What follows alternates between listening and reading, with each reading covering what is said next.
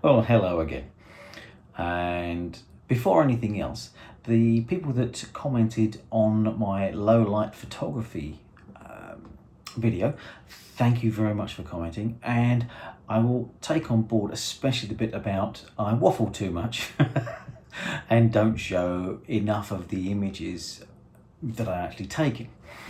So I will endeavour to include more of the images and more of what I actually do rather than the waffle. So you'll still get the waffle, but you'll get the images and the results a bit earlier, so as you don't have to listen to me yak on too much.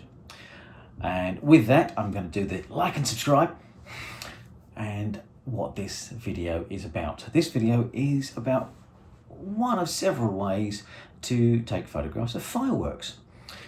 Lucky enough where we live that we actually have a Halloween firewalk with a fireworks display at the end, so I'm going to be photographing that. Obviously, you know, this, as I'm recording this beforehand, these pictures that I'm about to show you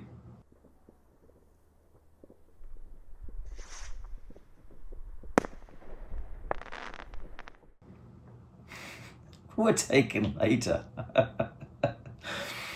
So, right, I will get stuck into it. Now, there are lots of different ways of taking photographs of fireworks. You can up your ISO, put a nice wide open aperture and actually photograph them as they occur. For this, you can actually go to fairly high shutter speeds, 125th, even 250th, and you will significantly reduce the light trails and streaks. You should wind up getting nice black backgrounds, and you'll get some fairly good frozen images of the starbursts and such like. Obviously that can be done handheld without any problems. You can also go for longer exposures, taking it down to 4, 5, 6 for your aperture. I definitely recommend using manual if you're going to be doing anything like that. The nice thing with fireworks is even if you get a bit of camera shake and camera movement, because of the way the fireworks work, it can still look really cool and look really, really fun. So go out and give it a try and have a go. Now, the technique I'm going to be using is actually to exaggerate the fireworks themselves. So I'm actually going to be taking a tripod out and setting it up. Here we go. So this is my basic setup that you can see now. Right. So I'm going to be using manual, and I'm going to be actually taking my shutter speed, varying it from between 2 to 3 seconds up to 30 seconds. And I'm going to be setting my aperture down to probably f16. If you've got a Canon, you can go even lower, you can go down to 32. It also depends on what lenses you've got.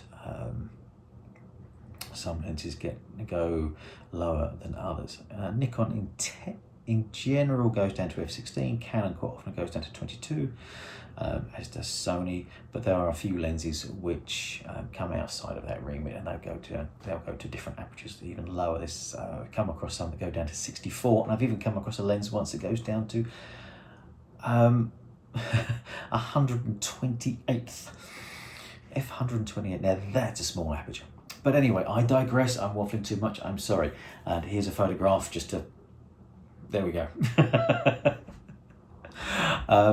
Right. What I will say with the videos is although I've been doing photography for decades, I have not been doing video editing for much more than a couple of years. So this is very new to me, so that's one of the reasons why I'm asking for advice and for comments to how you'd like it seen. So give me a little slack for the moment on the editing skills, but they're getting there. So anyway, on with the show. So very quick recap: manual, several seconds for the exposure, nice small aperture, f16 or lower, and I'm going to be going for wide angle and on a tripod. So let's have a look at some results.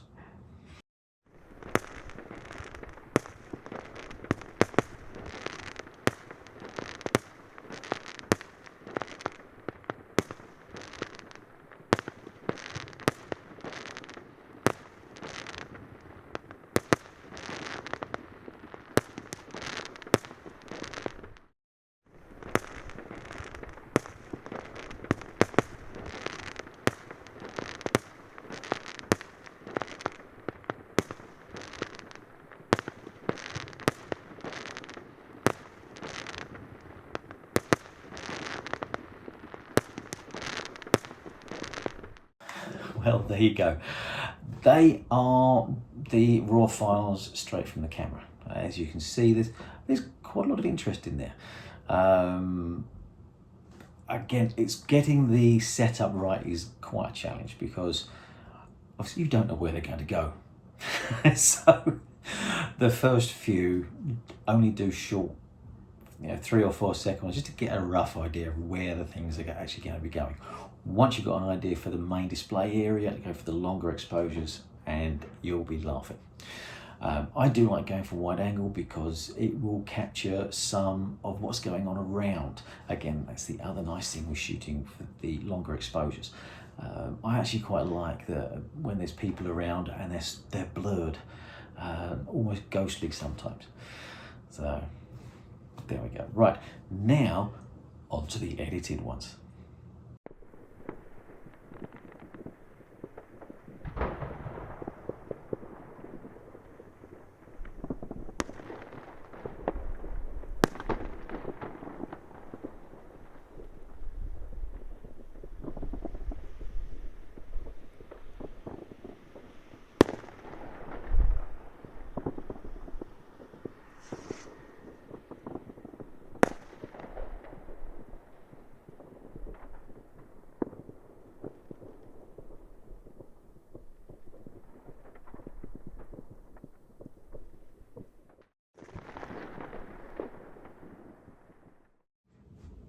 Okay, well, there you go. That's the edited images.